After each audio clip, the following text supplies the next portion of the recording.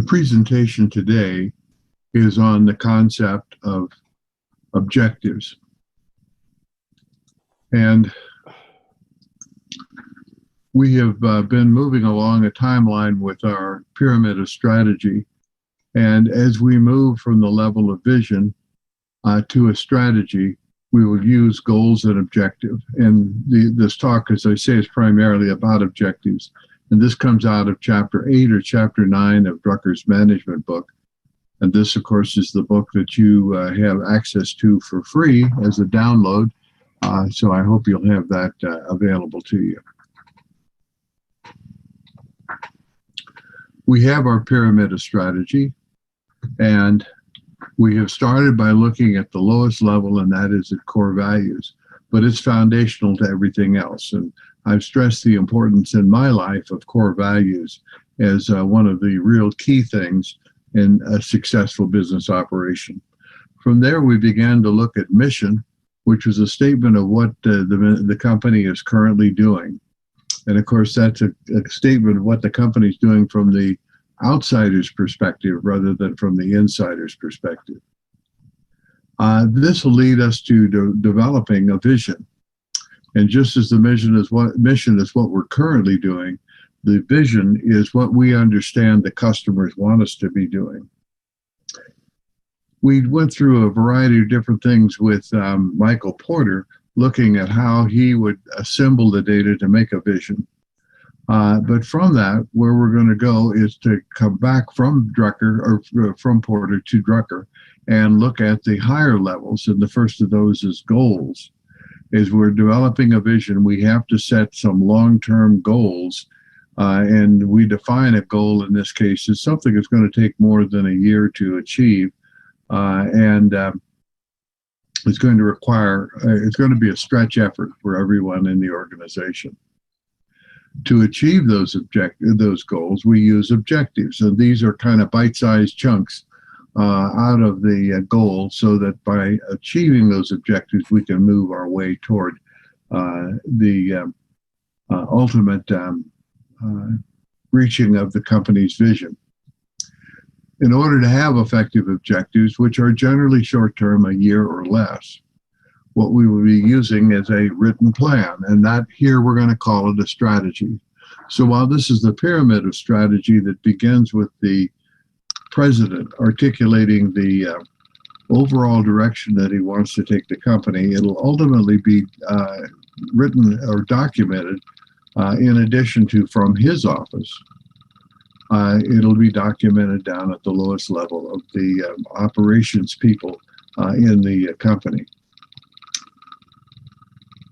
So to get strategy at all levels, what we have to do is we have to set goals, which are defined as something that's long-term.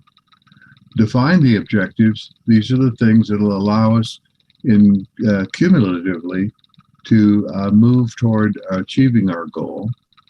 Develop strategy statements for each of those objectives, and then document that. And this is with our operational plans and policies. So at the level that we're talking about, the highest on the pyramid, but down at the lowest level where things are done, strategy is a written plan. So this part of our time together is to begin by looking at the goals that the objectives will ultimately support. And establishing goals is a big deal.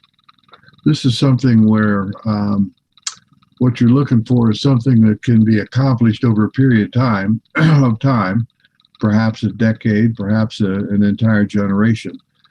And we just don't know how to do it. It's got to be big enough to be a motivator and not a demotivator. And it should be a target for, as I said, a decade or a generation. And you notice that timeline over there, July 24th, 1969. That was the day that we returned a man safely from the moon. And this was the culmination of a goal that had been set about 8 or 9 years before. John Kennedy, the president, spoke, I can't remember whether it was at Baylor or at LSU, in September of 1962. we were feeling the challenge of the Soviet Union, who were very good at doing a lot of the technological things with respect to space to space. They'd already launched the original satellite called Sputnik, which was something about the size of a grapefruit, but that sent out messages, pings, to ground stations on Earth and really excited everybody on the planet. But Kennedy was determined to catch up and move ahead, and so he set the goal of sending a man to the moon, a group of men as it turned out, to the moon and returning them safely before the decade was out. And his statement was this, this is part of his talk. We choose to go to the moon. We choose to go to the moon in this decade, not because it's easy, but because it's hard. Because this goal will serve to organize and measure the best of our energies and skills, because that challenge is one we're willing to accept, one we are unwilling to postpone, and one we intend to win. Now, I was a sophomore in college when he made that speech, and I will guarantee you it energized everybody in the country. It was something that was a goal that was worthy of our nation. And as a sophomore in college, I looked around to the young people I knew that were going in various directions with their college career, and saw a lot of them made the decision right then to change their career goals and move into engineering, because they knew this could be part of reaching that goal. We finally did reach it in July, I believe it was July the 20th, they landed on the moon. But I used the 24th date because the whole goal was to get them to the moon and back again, and they arrived back on Earth in July the 24th. So when you achieve this goal, there was a tremendous letdown because we'd accomplished it. And when you do achieve a goal of that magnitude, you have to set another even higher goal. So I don't know whether you have the excitement that I had in 1962 trying to reach that goal of getting to the moon. But we now have a goal for, I think it's 2024, to get to Mars with people, not with just satellites or pieces of equipment, but with an actual landing party. And I think as the time goes forward, this is a very worthy goal. But as I said, I'm not sure everyone has the same level of excitement about it as we had in that first launching to the moon. It was truly exciting. But that's the way we would like to have our goals. Now, you can't reach a goal all in one jump. It takes time, and it takes organizing your thoughts and movement toward that goal. And the thing that we do this is by objectives.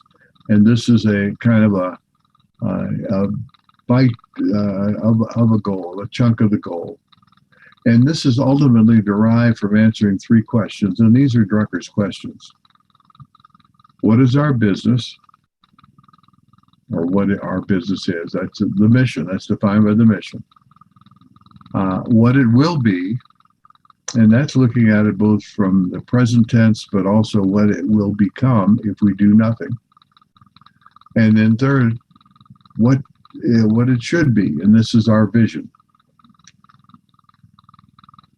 And so Drucker says that with objectives, what you're trying to do is get something that's operational, things that you can actually do. Now, I've indicated before that many companies write good strategic plans, but they never get communicated and they are executed very poorly. But here we have kind of a mini strategic objective, and this is something that we can organize our skills around to achieve. And you notice that I've got the little star up in the corner, which means that this is an important concept. So what Drucker says is if you've got an objective, it's capable of being converted into specific targets, that is, it's measurable, with a specific assignment. That's a person who's responsible for achieving it, and which is time binding. And this is something that I had stressed right from the beginning of our class, and it's very important to me in terms of my own personal management behavior, that an objective is time binding. That's the third item down there. Measurable, the first item of the three, and has a person responsible who is uniquely assigned the responsibility to carry out that objective. Objectives are something that can be done in a short term, so it's something that is pretty easily measurable. And what we want to do is be able to organize around those three principles to make your objective operational. So this kind of organizational thinking allows us to do is to concentrate our resources and our efforts. And there you can see little puppies trying to help that little boy get up. Again, this is a very important concept because we want to make sure that we have the concentration of resources and efforts in moving in the direction we need to go. So for this reason, because they do require concentration of effort, they have to be selective rather than all-encompassing. Now, I have a personal flaw in the way I do things, that in spite of harping on the idea of being focused, I have a very scattered mind, and I tend to work on all kinds of different things simultaneously. And frankly, I don't accomplish many of them for that reason. But what I should be doing is to be selective in what I choose to do. And why is that? Because you never got enough resources to do everything. And that certainly includes my mind resources as well as the financial resources. And there you can see an empty pocket. So even though it requires that to achieve an objective that we focus our attention on it and be single-minded about it, there will be multiple objectives in a company. And that's because you got a variety of different needs and requirements that have to be balanced. And as you meet those requirements, as you take care of those needs, what you will be doing is supporting the overall corporate strategy. And that's because you have to make everything of these objectives complementary. And that is chapter 6 of the Porter book, the idea of fit, that everyone is a case of 1 + 1 = 3. If we set our objectives properly, we will be complementary, where the several objectives that we may have in a department or a division will all be supportive of one another, enhance one another, and also be supportive of the corporate strategic objective. Now, these are required in all areas that are critical to the survival of the business. And Drucker's very hot on this issue. And he calls these critical areas, he calls them key areas, and defines it as any area in a company which, if it were ignored for any period of time, will cause the business to fail. And this is the basis of what we call key results area that are used in management by objectives. And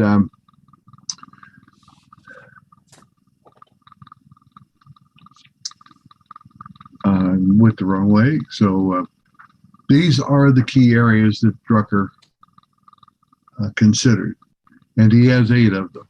And you notice I have an airplane cockpit there with the pilot and co-pilot looking at all the gears, gauges, pressure meters, and dials in the cockpit. And we know that they all have to be coordinated and work together in order for that plane to continue to fly right. The key areas that Drucker isolated are are, and he did this incidentally in order of significance. The first one is marketing.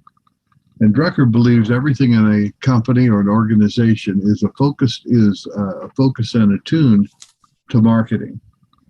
And he says that the second most important of his 8 key areas is innovation, which he said is really a subpart of marketing, or as dovetails with marketing, because it makes operational the definition of what the company should be.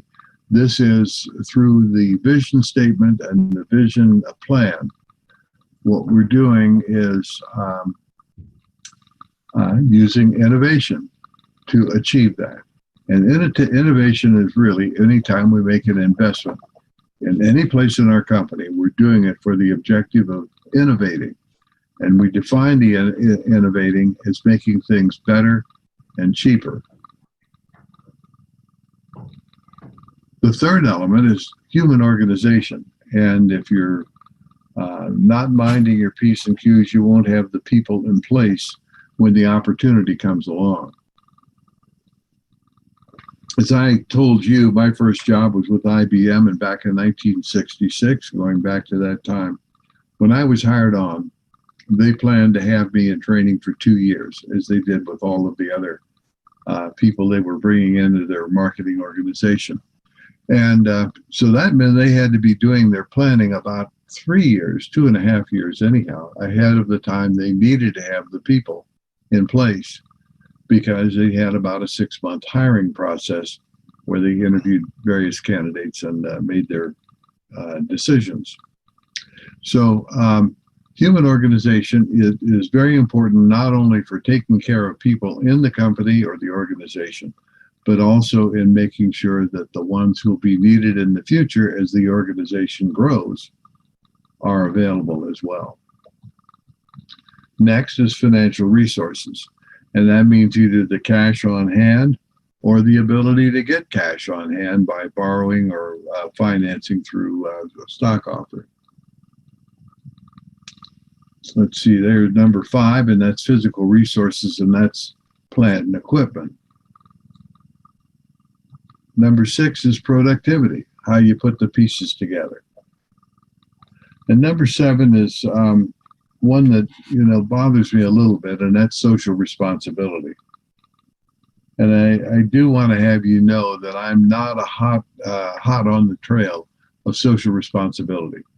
I think as employers and as companies that we do have a responsibility to our community, both in terms of the gifts that the company is able to make, or the individuals are able to make out of their earnings. But also we have a responsibility to make sure that we don't damage the planet. But there are people now that are really hot on the social responsibility thing, talking about the 3 P's, triple bottom line. And although somebody reminded me the other day of what the items were, I know profit and planet are 2 of the 3, and I can't think of the third. This is becoming a big issue. And frankly, I'm out of step with my colleagues in this field and in private industry. So I just want you to know that. But I do believe that we do need to be responsible citizens. And I point out one thing that happened a number of years ago to prove this. There was a company called RKO General. And if any of you are familiar with downtown LA and down in the area where the City of Commerce is, there's a building that's now called, I believe it's called the Citadel. And it has a bunch of bas reliefs on it of Assyrian carvings that had been similar to those found in Nineveh, which is where today's Mosul is, and which was once a major city 3,000 years ago, 2,500 years ago. That building was part of a company called Sampson Tire and Rubber. And it was very famous. As you drive up the freeway, you could see it there. The rubber tire and rubber company has been dismembered, but it was part of RKO General. And RKO General, in addition to having that building, also had 5 radio stations in the Midwest. Now, if you run a radio station, the only thing you need to be able to work is a license to have a particular frequency to broadcast on. And the only thing it takes to get that is a responsibility to the local community for doing what's in the best interest of the community. Well, RKO General did a poor job of meeting the needs of the community, and as a result, the FCC threatened to pull their license. When they failed to live up to that responsibility after being warned, the FCC pulled the license and a company went out of business because they had failed to honor their social responsibilities. Well, I got 7 items up there, but there's actually 8. And I want you to think for a minute what that 8th one could be. Well, I'm going to give it away to you. The 8th one is profit. When we started this course, I suspect if I asked you to actually write down what you thought the purpose of the business was, you would have said to make a profit. And here, this is number 8 on Drucker's list. And that's, of course, because he says the purpose of a business is to create and maintain a customer. And I hope that that's gotten through to you all, that that really is the purpose. If we take care of the customer, the profits will come. But in this case, he calls it profit requirements. And the reason they are profit requirements is because this is the source of the funds to finance the other 7 activities. And if you can't generate enough profits to do that, you're going to have to scale down your key areas, your plans for those key areas. You got to cut the suit to fit the cloth. And if you can't get the adequate profits, what you'll have to do is make the company it can't move forward as quickly as it would like to.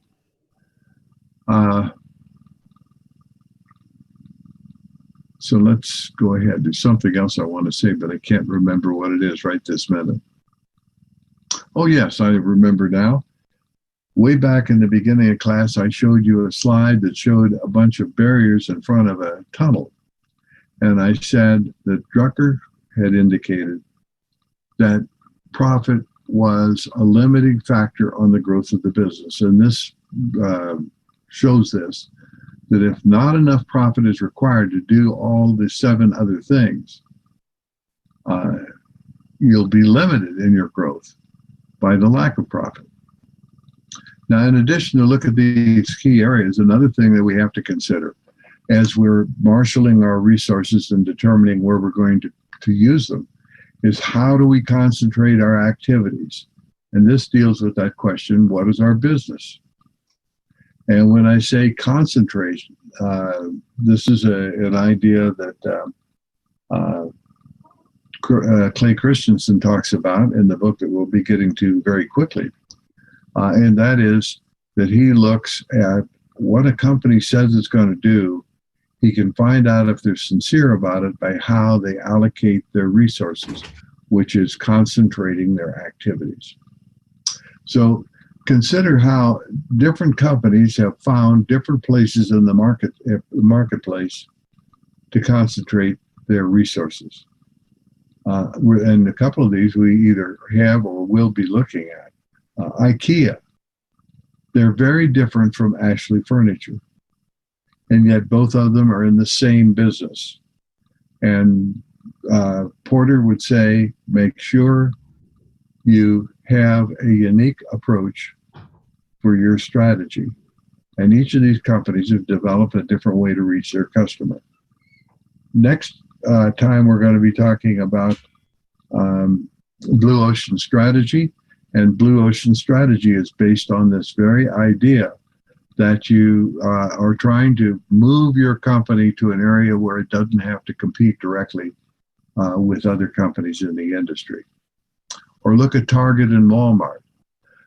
Somebody defined it the other day as Walmart is the low-cost provider for everybody that wants to buy their goods. Target is the low-cost provider with a little bit of flair. They're a little bit more upmarket, and they've each found a very successful niche to work in. Lowe's and Home Depot are both involved in home improvement. The difference is that Lowe's is built around to appeal to women, because they recognize that women are very important in making the decision on home improvements. Home Depot, by contrast, is primarily targeting toward contractors who are going to, and both companies have exactly the same products. It's just how they focus them in two different directions.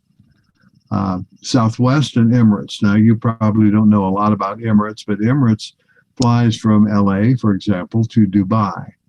And that's about a 17-hour flight, I believe. And they and Southwest have picked two different areas in which to work. During the 1990s, only two airlines out of the hundreds that were out there made money: Southwest and Emirates. Southwest sells a ticket from Ontario to Oakland, and if you get it at the right time, under right conditions, it's probably under $50. Emirates, flying from LA to Dubai on that 17-hour flight, the first class ticket's about $10,000. Each of them has found a place. They do not compete with one another by any means, but they each have found a place to work. Finally, you can look at Enterprise versus Avis and Hertz, and they have a distinctive proposition. Each has a distinctive proposition for their personal success, or the success of the enterprise. Since we'll be looking at that, I'm not going to say anything other than they're different, and you may begin to think about that as we move into that case. On the right-hand side there is Archimedes, and he had made the comment back 2,000 years ago that if you gave him a lever long enough, he could move the earth. And that's what these companies each are intending to do, to move the earth in the direction that they found that's unique and gives them the opportunity to make some money and service a customer. Now, Drucker would remind us that all elements of a business revolve around marketing and innovation, and therefore every one of those 8 key areas, as they are defined for purposes of setting up objectives, should have the flavor of marketing and innovation. So when the engineering department develops new products, just to give one example, they're not just doing engineering. What they're doing is looking at what the marketplace needs, and then come back and develop the product that they want to meet that.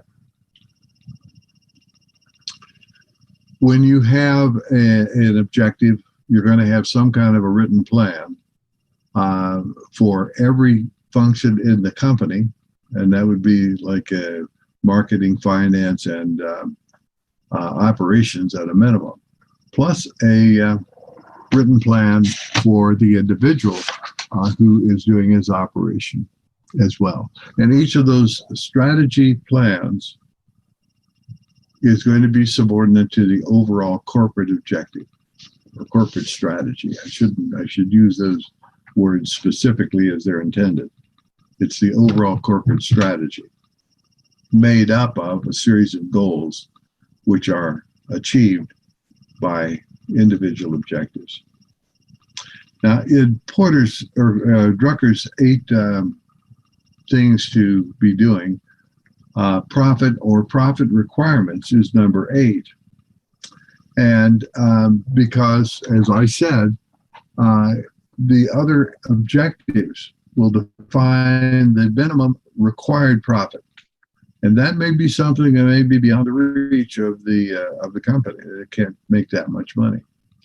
And it has to do 3 things. And this is a thing that I told you about in the beginning of the course, that your profits have to, and the profits will serve the function of allowing you to grow. And they must be sufficient. These profits must be sufficient to attain the company's objective, and that means growth, to maintain the company's survival, and that is running the business as it's currently running, and to have the profit to pay for replacement of wasting assets.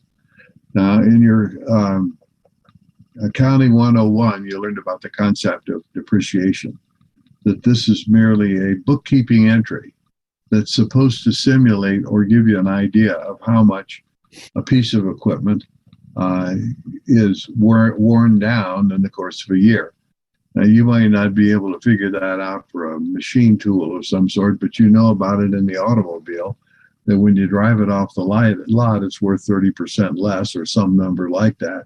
And then after the end of a year, you know it's going to have a very predictable using up of its overall life value. We can drive that car, of course, long after it's, quote, fully depreciated, end quote, and it still will work for us, particularly if we take good care of it. But at some point, that thing gives out, and you've got to replace it. And that's true in the manufacturing in the manufacturing or distribution business as well, that your equipment does have to be replaced. And just a rephrasing or reminding me of what I had said before, the amount required may be more than the company can be expected to earn, and therefore you have to consider cutting down the objective that you have into a smaller bite. Another way that Drucker says this, and he comes at this, I think, at least 4 times that I've read, and this is a rehash of what was just on the previous slide. It's the absolute necessity for the business enterprise to produce, at the very least, the profit required to cover its own future risks, that's growth, the profit required to enable it to stay in business, that's the business as it currently is, making sure you've got enough cash to run it, and the profit required to maintain intact the wealth-producing capacity of the resources, which is the purchase of equipment. That is a big star up there in the corner. This is what you must be able to do in order to keep the business functioning. And that's going to lead me then to your personal performance plan. Because each of you, as you go into the business world, in whatever field you go into, need to have a personal strategic plan. And really, if you're hiring into a position as opposed to getting a job, the employer should provide you with a written plan of what it takes to get raises and to get promoted. If they don't have one for you, do it yourself and take it in and negotiate it with your employer. Whether it's dictated by the company or whether you take it to the employer directly. You want to make sure that you can get it agreed upon between you and your supervisor. Because this is the key to getting moved ahead. If you don't have it, you'll frequently be told, after the first year, we'll be able to move you forward. If there's no commitment and at the end of the year, good luck. But if you have a written plan, it's something that you can go back and look at. It also gives you some idea of what is acceptable performance levels. And I think in every company, all supervisory and managerial personnel should have a personal performance plan. What it should involve is 2 or 3 specific areas that are specific for measurable improvement. And for me, in 1966, I had 3 specific measurable areas that I was responsible for. First was making quota. That's generating the revenue for the company. The second was to open new accounts because I got to look forward to the next year or the year after for the revenue for that period of time in the future. And the third one, which is kind of different, but it's certainly important, is to make sure I collected my accounts receivable. They needed to be sure that they would. You can't spend the money you don't have, and sometimes you have to remind your customers that they owe you some money. So the plan that you'll have would be weighted based on importance, and in my case, the most important thing was making that quota. It would be reviewed in 6 months or a year, and that's an appropriate time to accomplish something. And remember that this objective for you personally is time binding, quantifiable, that we would know that it was going to be a 6 or 12 month period, that it would be quantifiable, and it would be able to identify what was success, and it would have a person responsible, which in this case is you. And you could use this for promoting, for raises, for discipline, and firing. It's all part and parcel of that same thing we talked about way back when in core values. So this is a bag of gold up there in the corner, because I think that that is particularly important for your own personal financial health. Now, and actually there was one on the preceding slide as well. I said you would want to do 2 or 3 things, because the mind can't think about more than 2 or 3 things at one time. So this is just something to remember. If you only have 1 to 3 objectives, your chances of success are that you will achieve all of them. If you've got 4 to 10 objectives, chances are you'll get about 2 of them. And if you have more than 10, you will be so scattered that you probably accomplish 0. So that's my thought on objectives, and I think it's a pretty good rundown on that. But you can check me out by reading the Drucker book, chapter 8 or 9.